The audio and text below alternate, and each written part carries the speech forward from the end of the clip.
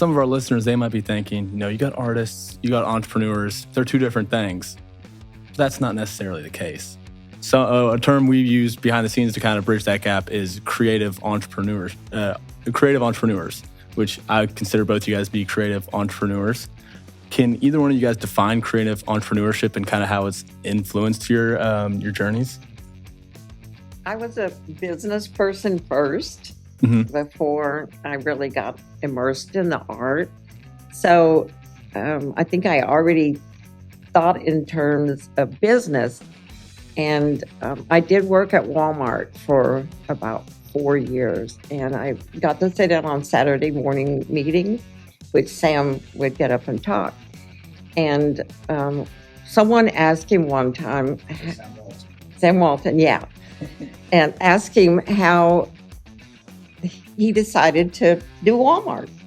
And he said, the way to have a successful business is find a need and fill it. Mm-hmm. Simple as that. That stuck in my head, okay, that's too simple. But it's not. The way to have a successful business is find a need and fill it. That was your second lesson to me, by the way. So. Yeah. So when I was doing the art, when I started doing it, first I didn't think about it being my full-time business. I was going to do it for the joy of it. But I was so extremely lucky that people were receptive to my art and wanted to buy it. Mm-hmm. So then I got to thinking, okay, well, maybe there is a way to make There's a need. There's a need here. There's a way to make money in this.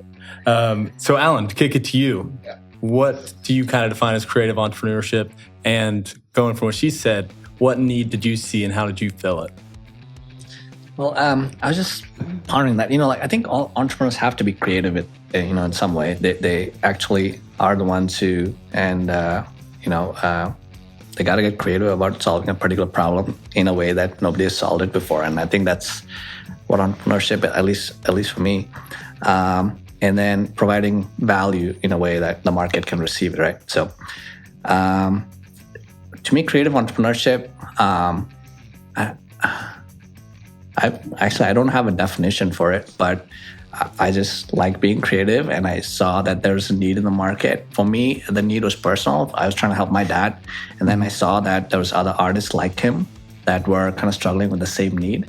And then I was like, okay, there's a gap, there's a need there. How can I fill it?